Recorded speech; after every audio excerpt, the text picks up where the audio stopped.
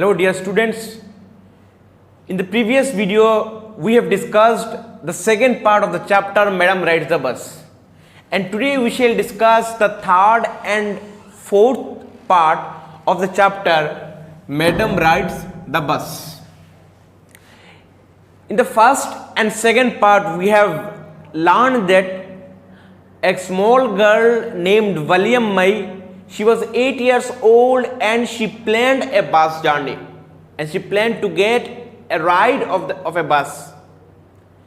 And in the second part we have discussed that the little girl reached the town, and during this journey she experienced a beautiful scenery. She experienced the vehicles, moving vehicles on the road. She experienced several new passengers. They were also traveling with her inside the bus.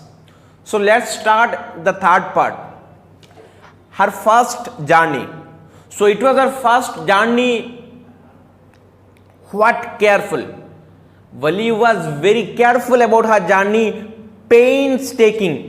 Painstaking means extremely careful. So Wali was very much careful about the journey and she was very much correct. She was 100% correct because she gathered all the necessary informations that were required for a bus journey. Elaborate plans she had to make for it. She had thriftily saved whatever stray coins came on her way. So she made elaborate coins for the journey. She made elaborate plans for the journey and she had saved the money that came her way. And she spent money very carefully,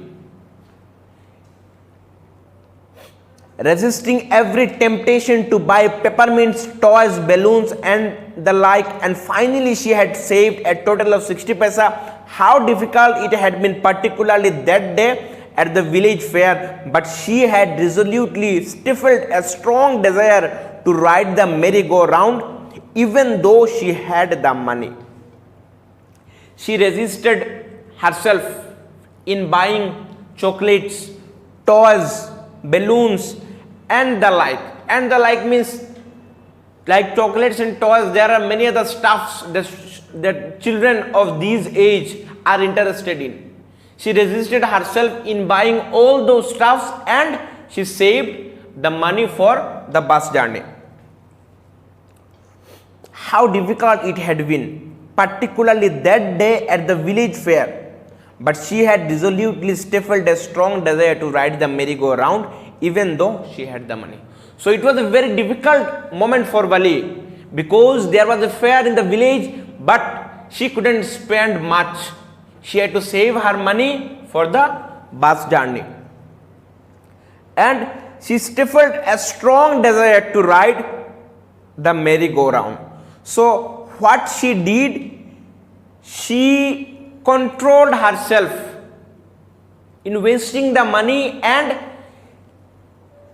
for investing the money, and she had a strong desire, and it was, and because why did she control herself? Because she had a strong desire to get the ride of the bus, and finally we came to know that she succeeded and she went to town. And in this chapter, the merry-go-round, merry means joyful. It was a joyful ride for Wali, that's why the word merry has been used here. Even though she had the money. So she had money, she can waste money, but she didn't waste money, rather than she saved the money for the bus journey.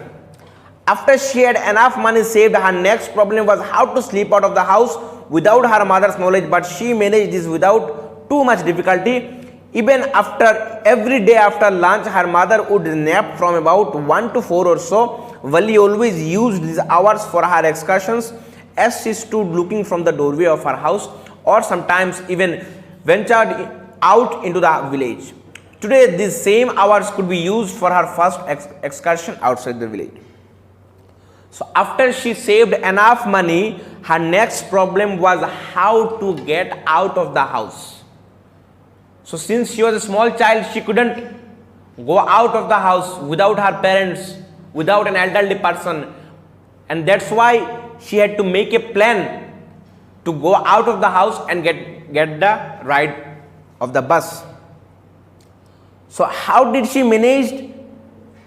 She calculated the time during which hours her mother used to take a nap, and she found out that every day from about 1 p.m. to 4 p.m. her mother would take nap, and she always, during those hours, she always used these times as excursion. She used to go out of the house, she used to roam the village, and before 4 she used to return back to her house. And on this day she also planned that between 1 to 4 I shall go out of the house again, and this time I shall not be roaming the village, I shall be going to the town and again come back before 4. Today these same hours could be used for a first excursion outside the village. Today I shall use these hours to roam outside the village, not in the village. The bus rolled on, now cutting across a bare landscape, now rushing through a tiny hamlet or past an odd wayside shop. Sometimes the bus seemed on the point of gobbling up another vehicle that was coming towards them, or a pedestrian crossing the road. But lo, somehow it passed on smoothly, leaving all obstacles safely behind. Trees came running towards them, but then stopped as the bus reached them and simply stood there, helpless for a moment by the side of the road before rushing away in the other direction. The bus rolled on, now cutting across a bare landscape. So now the bus started moving. Wali is sitting in the bus, and the bus started moving. It crossed many beautiful sceneries, many beautiful places the bus crossed. Now rushing through a tiny hamlet or past an odd wayside shop, sometimes the bus seemed on the point of gobbling up another vehicle. Now the bus is rushing through a tiny hamlet. Tiny hamlet means small settlements, small houses that were besides the road. Now the bus crossed small houses that were besides the road or passed an odd wayside shop. It crossed many shops that were beside the road, and the shops were odd because the buildings of the road, the construction of the shops were not good. The paints that were on the shops, on the walls of the shops, that were not enough. That's why the writer mentioned in the chapter that the shops were odd. Sometimes the bus seemed on the point of gobbling up another vehicle that was coming towards them, or a pedestrian crossing the road. Sometimes the bus was going to hit another vehicle, or the bus was going to hit any person who was crossing the road. But lo, somehow it passed on smoothly. But it's okay that somehow the bus has crossed the obstacles and it traveled freely. Trees came running towards them, but then stopped as the bus reached them and simply stood there helpless for a moment by the side of the road before rushing away in the other direction. The trees, since the bus was moving, Wali was sitting inside the bus.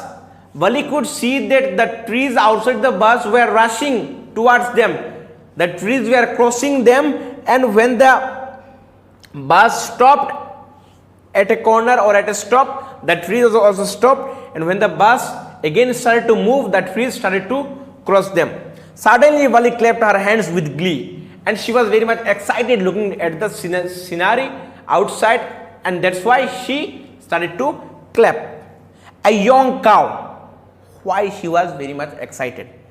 Because a young cow whose tail was high up in the air was running very fast right in the middle of the road.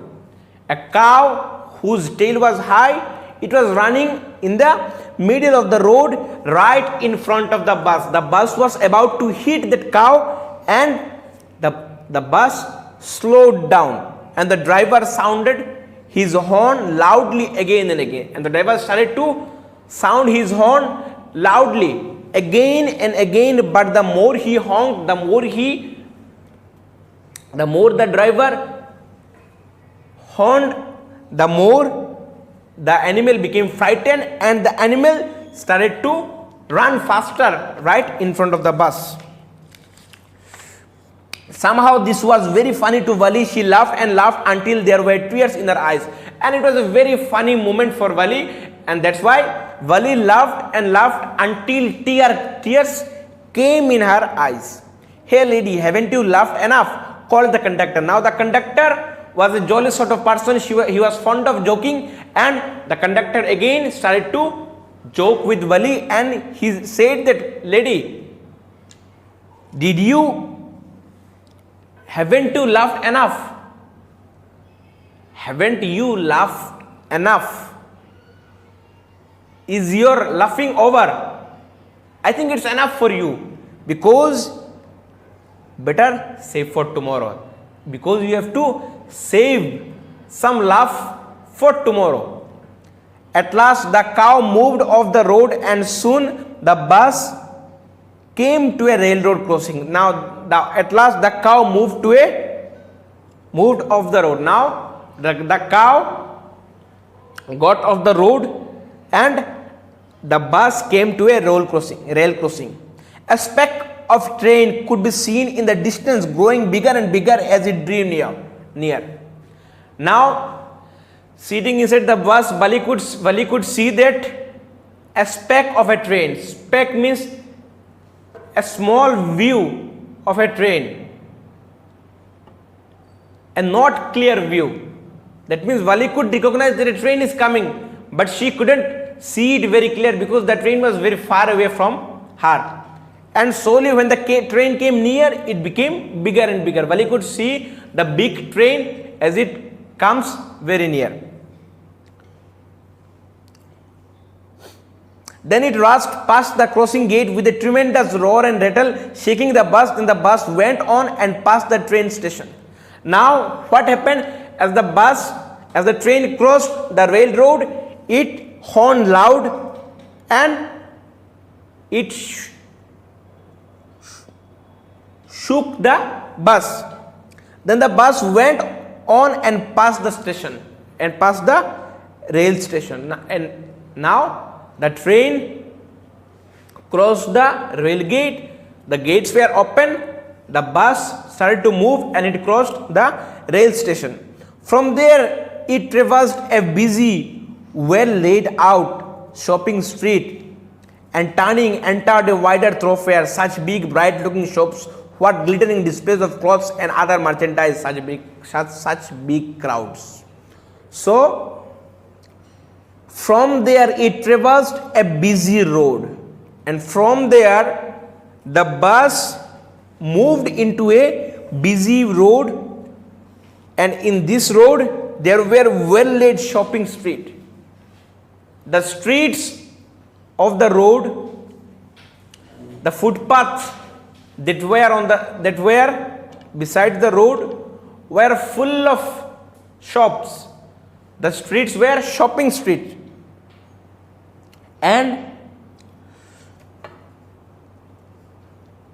turning entered a wider thoroughfare. When it turned to a next turn, and it entered a very big busy public road. So why was this road busy? Because the road was a shopping street, such big. It was a very big road, bright looking because the lights of the shops were shining bright. That's why the road was looking very bright. What glittering displays of clothes and other merchandise, such big crowds.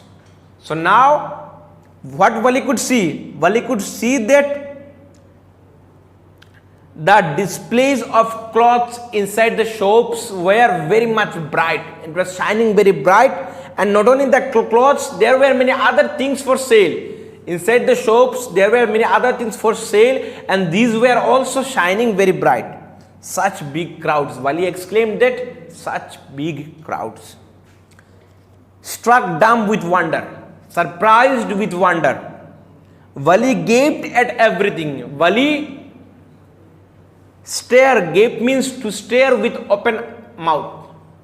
So since she was surprised with the beauty around her, her mouth remained open. She stared at the things with mouth open. Then the bus stopped and everyone got off except Wali. Then the bus stopped, everyone got off from the bus except Wali. Hey lady, said the conductor, aren't you ready to get off? Now the conductor said that, hey lady, the bus came to a stop. Now we cannot go further. Are you not ready to get off from the bus? No, said Wali. Now Wali replied that, no, I shall not get off from the bus. I am going back on the same bus. Wali said that, no, I shall not get off from the bus. I am going to the village on this same bus. She took another 30 paisa from her pocket and handed the coins to the conductor. Now Wali took another 30 paisa from her pocket and she gave those coins to the conductor. Why? Is something the matter? Now the conductor asked Wali, what happened? What is the matter? Why are you not getting off from the bus? And if you don't want to get off from the bus, if you want to go back to the town, if you want to go back to the village, then why did you come to the town? No, nothing's the matter. I just felt like having a bus ride, that's all. Now Wali said that, no, it's no matter, no problem at all. I just wanted to get a ride of the bus and that's why I came to the town. Don't you want to have a look at the sights now that you are here? Now Wali said that, don't you, now the conductor said to Wali that, since you came to town, don't you want to get a ride of the bus? Don't you want to come out of the bus and have a look at the sights outside? All by myself? Oh, I'd be much too afraid. Now Wali said that, you want me to go to those shops and markets all by myself? You want me to go alone? I am afraid to go alone. Greatly amused by the girl's way of speaking, the conductor said, but you weren't afraid to come in the bus? Nothing to be afraid of about that, she answered. Now the conductor said that the conductor was amused by the words of Wali. The replies of Wali was very much smart enough and the conductor was amused. And the conductor said that, the conductor asked Wali again that, you don't want to visit the market around you because you are afraid? And how did you come to the town alone since you are a small girl? Are you not afraid? Now Wali replied that, nothing to be afraid about that. I am not afraid. There is nothing to be afraid to travel by a bus. Well then, why not go to that stall over there and have something to drink? Nothing to be afraid of about that either. Now the conductor asked Wali again, well, if you are not afraid, then why don't you go to that stall and have something to drink? There is nothing to be afraid either. Oh no, I couldn't do that. Now Wali said that, no, I cannot do that. Well then, let me bring you a cold drink. Now the conductor said that, well, if you don't want to go, then let me bring you a cold drink. No, I don't have enough money. Just give me my ticket, that's all.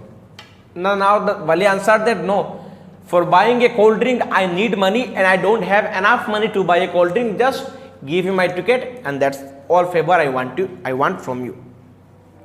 It will be my treat and not cost you anything. Now the conductor said Wali that, don't worry about money, I shall pay from my side and the cold drink will be a treat and it will not cost you anything.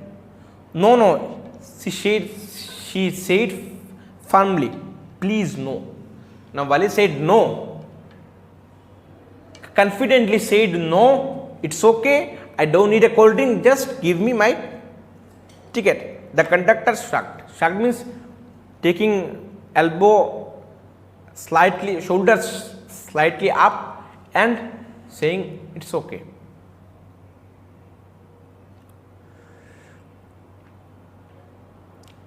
And then they waited until it was time for the bus to begin the return journey. Again there were many passengers, and now it was the time to begin for the return journey. And in this bus also there were not so much passengers, because that this time of the hours was a non-working time. That's why people used to travel in, less people used to travel by the bus. So thank you dear students. So our part 3 is over. So let's start the fourth part. Won't your mother be looking for you? Now the conductor asked Wali. When he gave her the ticket, the conductor asked that since you came alone, won't your mother be looking for you? I think your mother would be searching for you. Wali replied that no one will be looking for me. Now Wali replied that no one will be looking for me. She said the bus started, and again there were the same wonderful sights. Now the bus again started to move. Now the bus was returning from the town to the village, and there were a new sets of passengers and the wonderful sights outside the bus. Wali wasn't bored in the slightest and greeted everything with the same excitement she had felt the first time. So Wali wasn't bored. Since she crossed the road once, and while returning she is crossing the same road, but she wasn't bored. She was not bored at all, because the sights were very much beautiful and Wali enjoyed a lot. And Wali was enjoying a lot. But suddenly she saw a young cow lying dead by the roadside, just where it had been struck by some fast moving vehicle. Now suddenly she saw that a cow was lying on the roadside, just where it had been struck by some fast moving vehicle. So a cow was lying on the roadside at a position where a fast moving vehicle hit the cow and the cow died. Isn't that the same cow that ran in front of the bus on our trip to town? So Wali asked the conductor that is it not the same cow that we have crossed while going to the town? She asked the conductor. The conductor nodded. The conductor shook his head and said yes, and she was overcome with sadness. Now Wali was sad, because while going to the town she saw the cow was alive. Now while returning from the town she found that the cow was dead. What had been a lovable, beautiful creature just a little while ago had now suddenly lost its charm and its life, and looked so horrible, so frightening as it lay there, legs spread eagled, a fixed stare in its lifeless eyes, blood all over. What had been a lovable? So it was a very lovable animal, beautiful creature. Just a little while ago, it was a very beautiful creature just a little while ago, and suddenly it lost its beauty. The creature lost its charm and its life, and looked so horrible. The cow was very beautiful animal.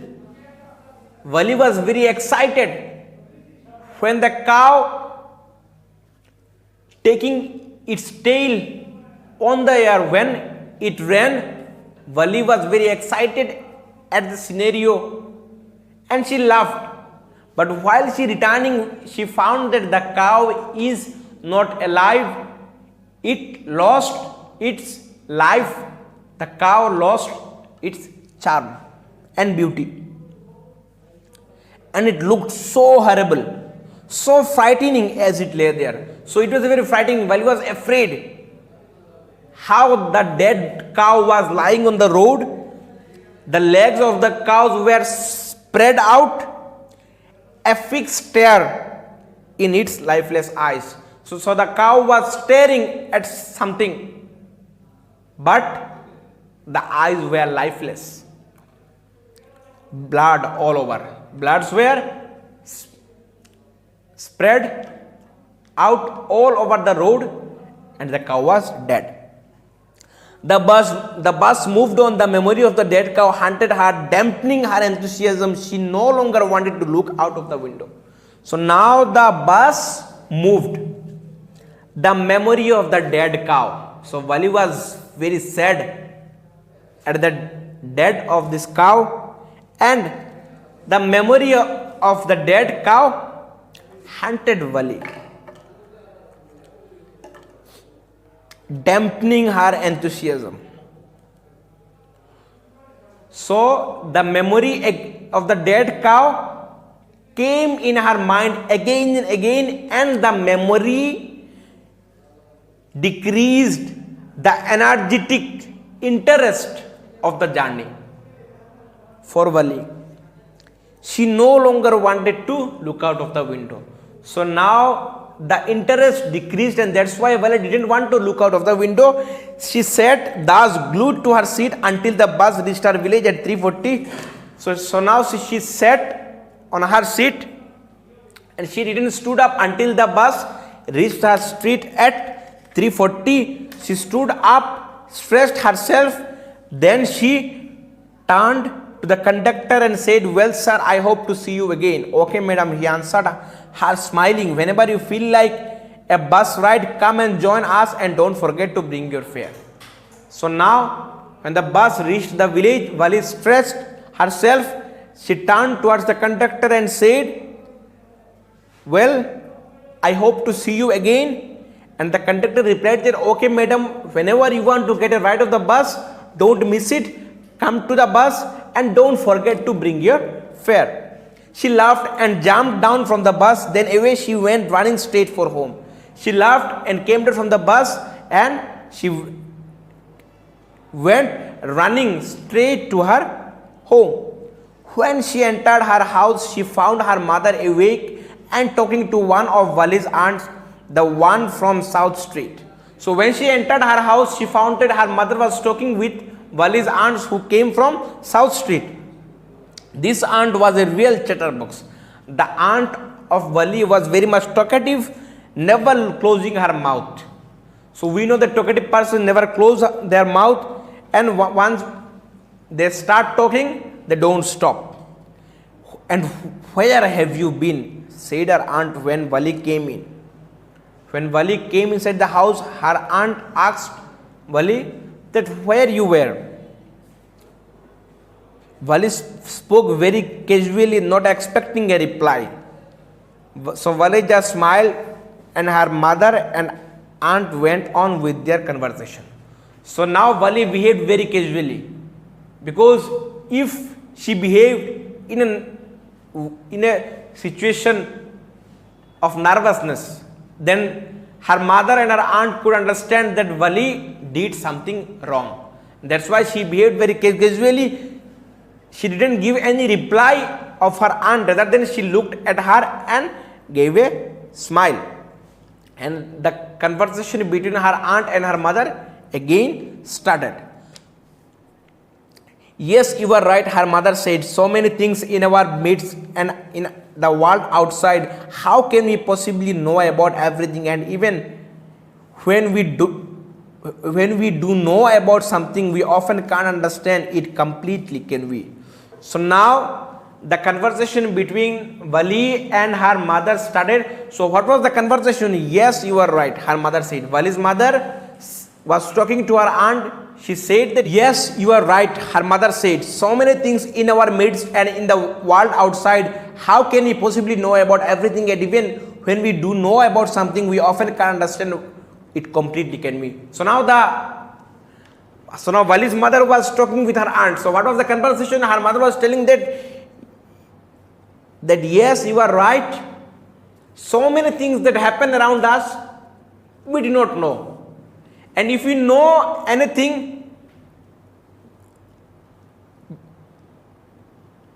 that happening around us, we cannot understand it completely, can we? Vali's mother was asking her aunt the question, but the reply came from Vali. Vali replied that, oh yes, breathed Vali. So Vali took a deep breath and she replied that yes. What? Asked her mother. Her mother asked her, what? What's that you say? What you have said? Vali said that I was just agreeing with what you said about things happening without our knowledge. So Vali replied her mother that I was just agreeing with you that things happen around us and we do not know. So Vali was speaking in the sense that she went to town, she returned back, but her mother had no idea. Just a chit of a girl she is, said her aunt. Her aunt said that she is a small girl, and yet look how she pokes her nose into a conversation, as though she were a grown-up lady. Vali's aunt said that she is a small girl, and see how she poked her nose in our conversation as if she is a grown-up lady. Vali smiled to herself. So Vali was smiling to herself. She didn't want them to understand her smile. So Vali was smiling, but she didn't want that her aunt and her mother could understand the reason of the smile, but then there wasn't much chance of that was there. So what was the chance? After the incident, there was not much chance for Vali to go to town and again come back. The writer is asking to us, was there, whether there was any chance or not. So dear students, we came to the end of the chapter, Madam Ride the Bus. If you have any problem, just ask me. I hope you all understood the chapter. Thank you, students. Thank you.